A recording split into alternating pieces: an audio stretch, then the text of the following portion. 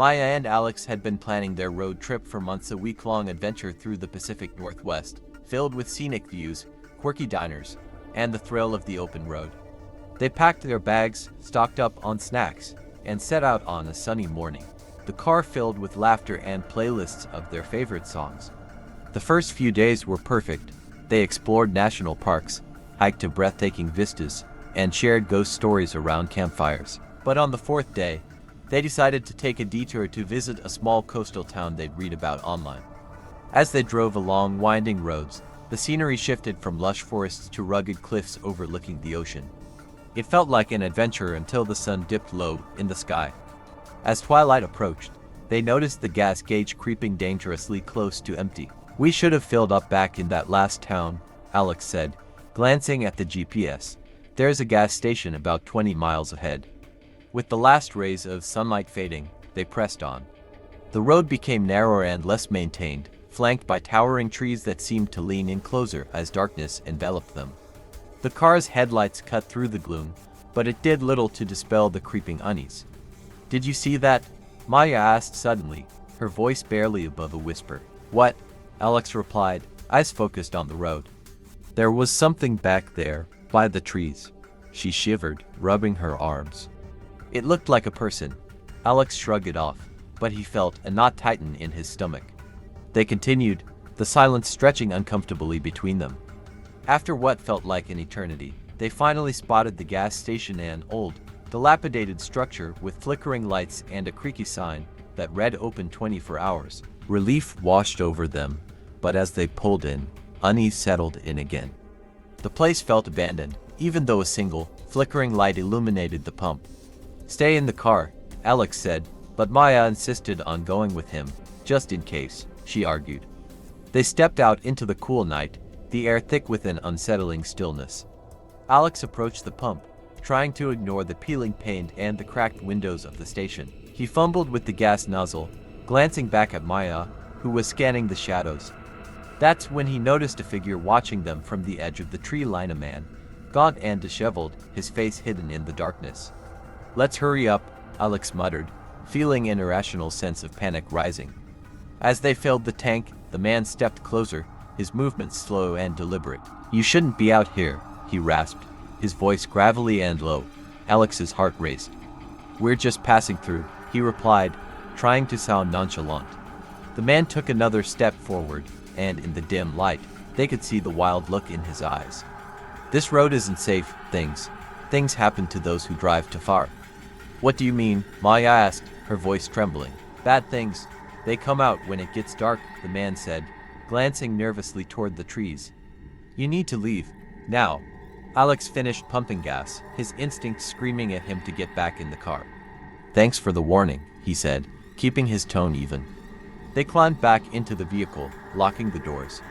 As Alex started the engine, he glanced in the rearview mirror. The man was gone, swallowed by the shadows. They pulled away, the tires crunching on gravel. "That was weird," Maya said, her voice shaking. "Do you think he was serious?" "Probably just some local weirdo," Alex replied, but doubt not at him. They continued on, the road stretching out ahead of them, a ribbon of uncertainty in the dark. But it wasn't long before strange things began to happen. First, there were odd noises, a rustling in the trees that sounded too close, a whispering that seemed to weave through the air.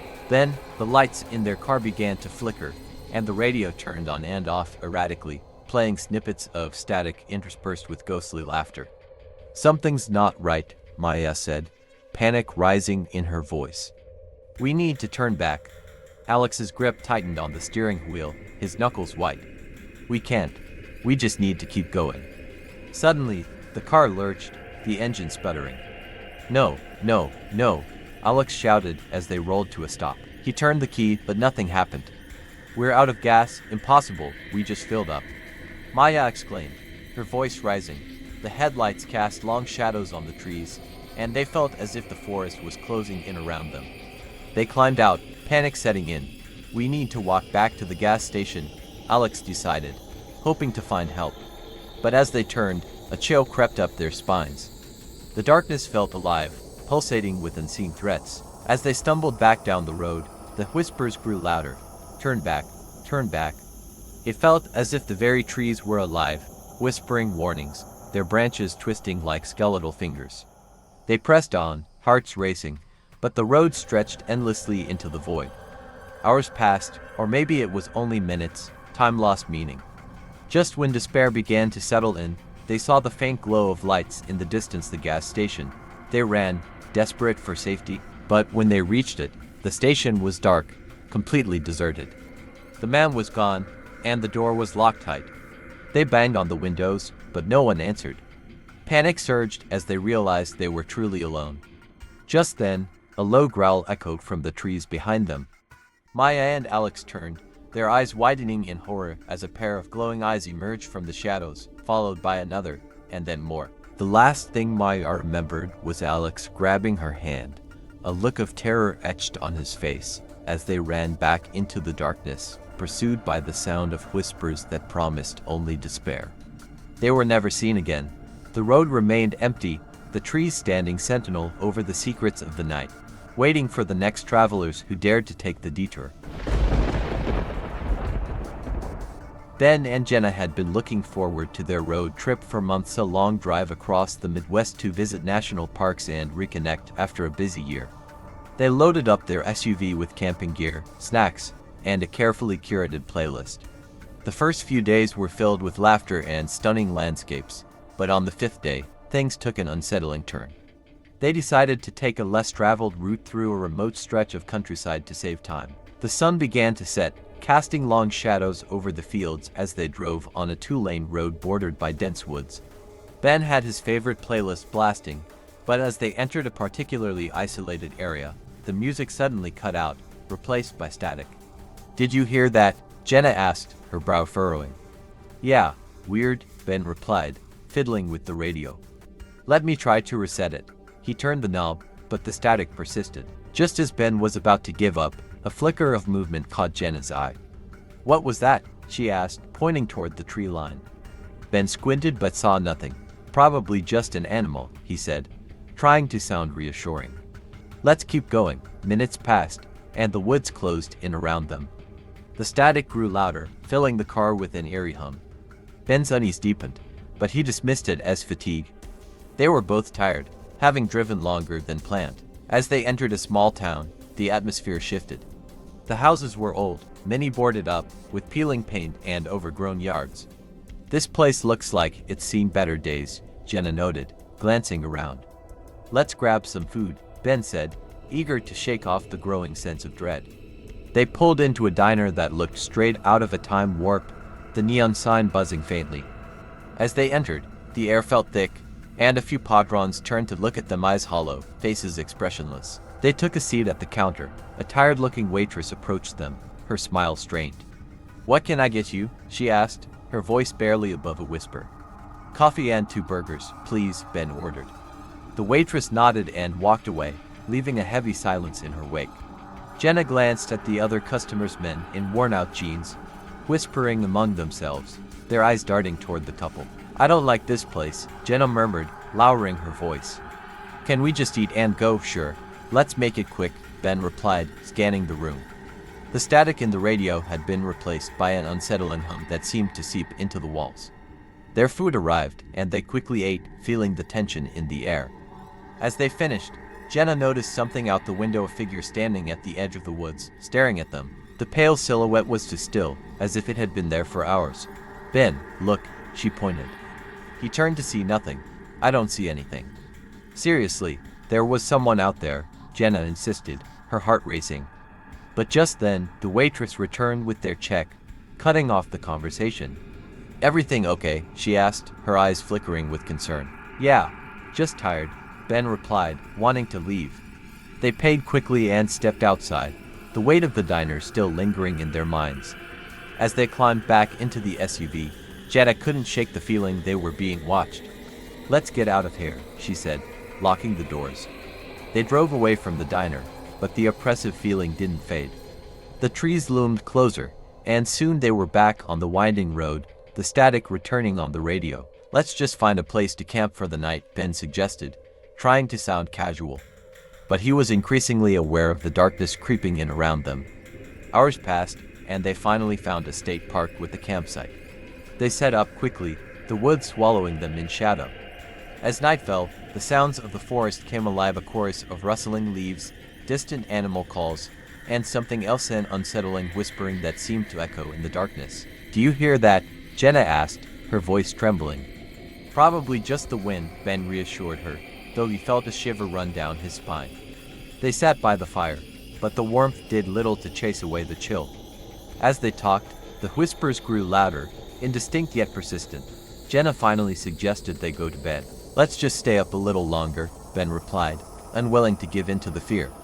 But as the night deepened, the whispers transformed into distinct words, haunting and hollow.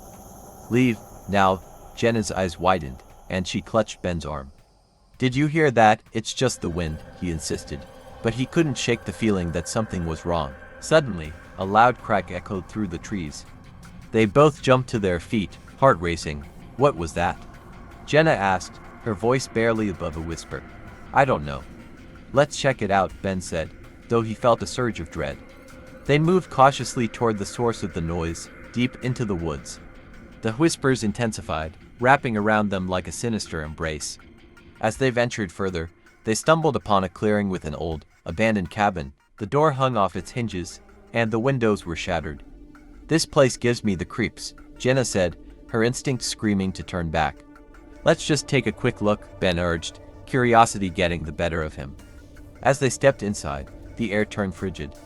Shadows danced across the walls, and the whispers became frantic. "Get out. Leave, now." Ben and Jenna exchanged terrified glances, realizing they were not alone. Shapes moved in the corners of their vision, fleeting shadows that seemed to reach for them.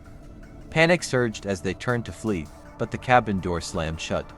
"No," Ben shouted, pounding on the door. "Let us out." The whispers escalated into a cacophony, drowning out their screams. The walls felt alive, pulsing with a dark energy that pressed in on them. They were trapped in a nightmare, surrounded by the weight of forgotten souls. With one final effort, they hurled themselves against the door, and it finally gave way. They tumbled out into the night, gasping for air. The whispers faded as they sprinted back to their campsite, adrenaline fueling their escape. When they reached the SUV, they didn't stop to breathe. Ben jumped in, started the engine, and sped away, leaving the haunted woods behind them. As they drove through the darkness, the static on the radio faded into silence, but the feeling of being watched lingered. They never spoke of that night again, but the memories haunted them long after. Some roads were better left untraveled, and some whispers were best ignored. As they drove into the dawn, the weight of the night pressed on their shoulders, a reminder of the darkness that lurked just beyond the trees. Emma and Jake had been planning their road trip for weeks, a chance to unwind after a grueling semester at college. They packed up Emma's small sedan with camping gear, snacks, and an eclectic playlist. Excitement buzzed between them as they set off on a bright Saturday morning, eager to explore the national parks. After a couple of days filled with breathtaking views and laughter, they decided to take a scenic route through the mountains, inspired by an old travel blog Emma had read. The road was winding and beautiful, with towering pines and stunning overlooks. But as they continued deeper into the forest, the scenery began to change. The trees grew denser, and the sunlight filtered through the branches, casting ominous shadows on the road. "Are you sure this is the right way?" Jake asked, glancing at the GPS, which had lost signal long ago. "It's fine." "Just a little further," Emma insisted, her voice laced with confidence, though not tightened in her stomach. As evening approached, the road began to twist and turn more sharply, and the air grew cooler. They finally came upon a sign indicating a small town Everwood and decided to stop for the night. Emma hoped to find a diner to eat and gather information on the area. Entering the town felt like stepping back in time. The buildings were old and weathered, the streets empty. A palpable sense of stillness hung in the air. They pulled into a parking lot in front of a diner called Granny's Kitchen, its neon sign flickering like a tired heartbeat. Inside, they were greeted by an elderly waitress who offered a warm smile but whose eyes seemed to hold a weight of unspoken stories. "Just the two of you?" she asked, her voice gentle but tinged with concern. "Yes, just a quick meal, and then we're off to camp," Emma replied. "Best to get a good meal before you head back out. It's not safe out there at night," the waitress warned, her gaze drifting outside. "What do you mean?" Jake asked, a chill running down his spine. "Just be careful," she said, her smile fading.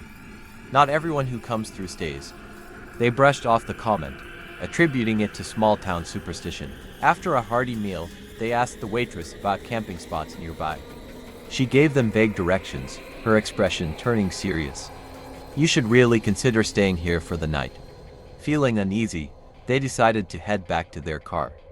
As they walked, Emma noticed a group of men gathered at the end of the block, their laughter hollow and unsettling.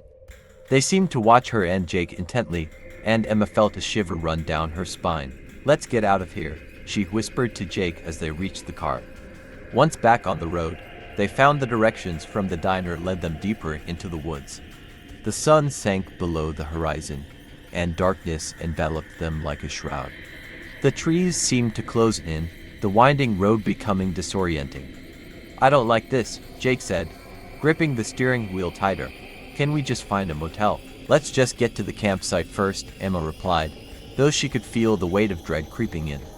Suddenly, the car started to sputter. "What's wrong?" Jake exclaimed, panic creeping into his voice. "I don't know, maybe it's the gas," Emma suggested, glancing at the gauge.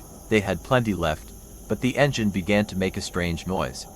Without warning, the car lurched and died, rolling to a stop. "Perfect," Jake muttered, trying to restart the engine, but nothing happened.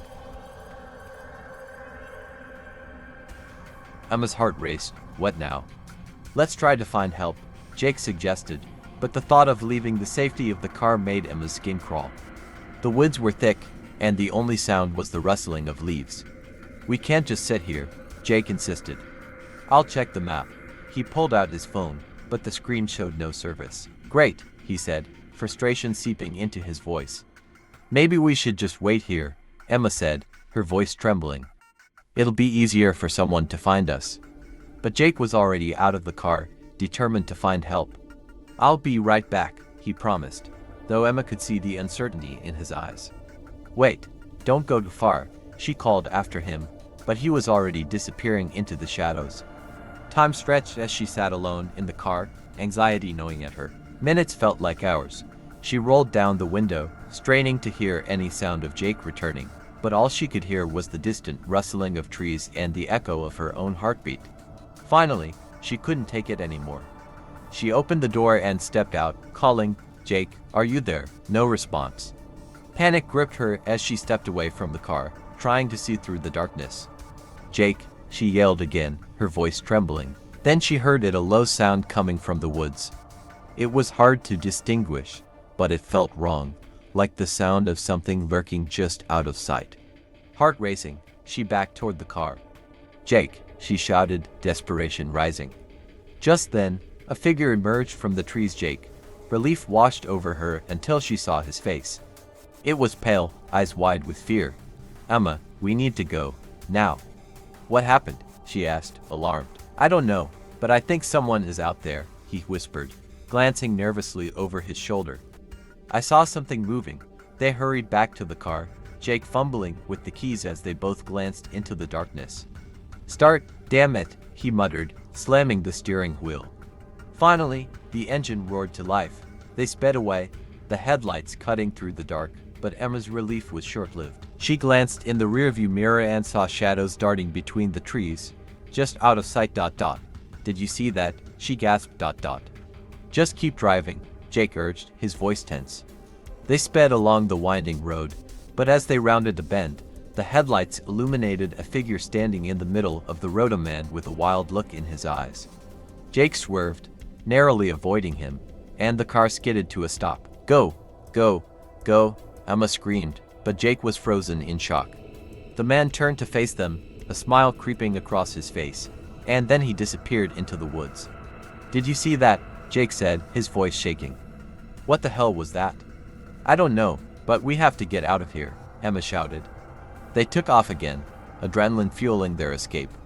The road twisted and turned, but every time they looked back, they felt the weight of eyes upon them, shadows flitting through the trees. Finally, they reached the edge of town, the neon lights of the diner flickering in the distance.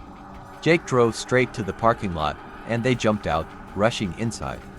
The waitress looked up, her expression unreadable. "I told you kids to be careful," she said, her voice low. "We need help," Emma gasped, trying to catch her breath. "You shouldn't have come here," the waitress said, a hint of sympathy in her eyes. "You don't belong in these woods at night." "What do you mean?" Jake asked, panic lacing his voice. Before the waitress could respond, the door swung open, and the group of men from earlier walked in, their laughter echoing ominously. Emma felt a cold dread settle in her stomach. "We need to get out of here," she whispered to Jake, but the door slammed shut behind them. The men stepped forward, their eyes gleaming with something dark and hungry. Emma and Jake backed away, feeling trapped. "Welcome to Everwood," one of the men said, a twisted grin spreading across his face. "You're going to love it here." As the shadows closed in around them, Emma realized too late that some detours should never be taken, and some towns are best left undisturbed. Alright everyone, that brings us to the end of our story. If you enjoyed this video and would like to see more content like this, don't forget to hit the like button and subscribe to our channel. And if you have similar stories you'd like to share with us, feel free to reach out. Thank you for watching, and until next time, take care.